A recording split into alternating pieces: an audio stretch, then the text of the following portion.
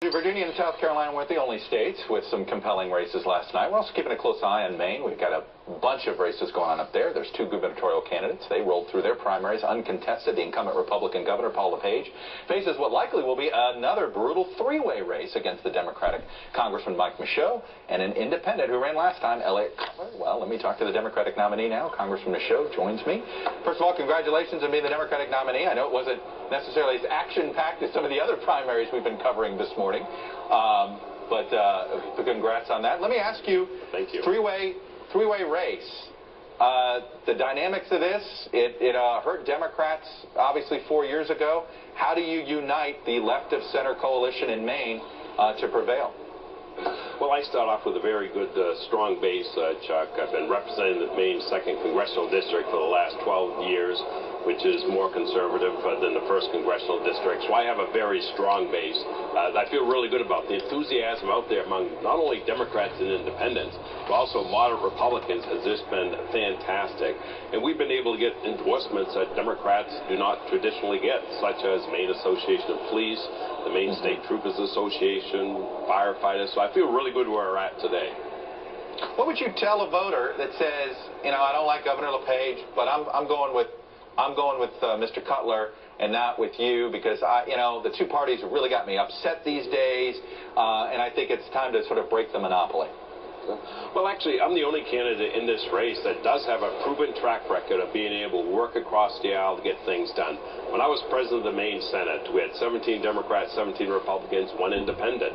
A lot of people thought that'd be a nightmare, but it worked very well because I brought Republicans and Democrats in my office every morning in an informal way to go over the calendar, and it built up trust and open line of communication. If you look at my leadership when I was president of the Maine Senate, we passed a minimum wage increase not once but a 2-tiered system that was unanimous. And because we did bring people together, we put aside partisan politics and were able to get things done. So I'm the only candidate that actually does have that proven track record and will continue to do that throughout the campaign. And I brought that down here, Chuck, as a member of Congress. Chairman Jeff Miller and I have been working very well together on the Veterans Affairs Committee. Well, I was just going to say, do you think your first name of congressman is an asset or a liability in this race? People in Maine, they know me, and unlike some of my colleagues, every week when we're done voting, with the exception when I've been to Iraq or Afghanistan, I'm back in Maine, getting around the district, talking to the voters in the district. That's what I really love doing, hearing what they have to say, and that's really kept me grounded. I worked over 29 years in the mill, punching a time clock. I know what working people have to go through. You know, I do want to get you to say something. Governor LePage had an odd comment. Governor LePage normally can have some interesting way of turning a phrase, but he was actually oddly complimentary of you, sort of, backhanded compliment. He said of you, he has 30 years of history. He's a very modest man. He's a likable guy. I like him a lot. But he also has very modest achievements. That means a lot. How do you respond to the modest achievements? Sort of backslap there, I guess.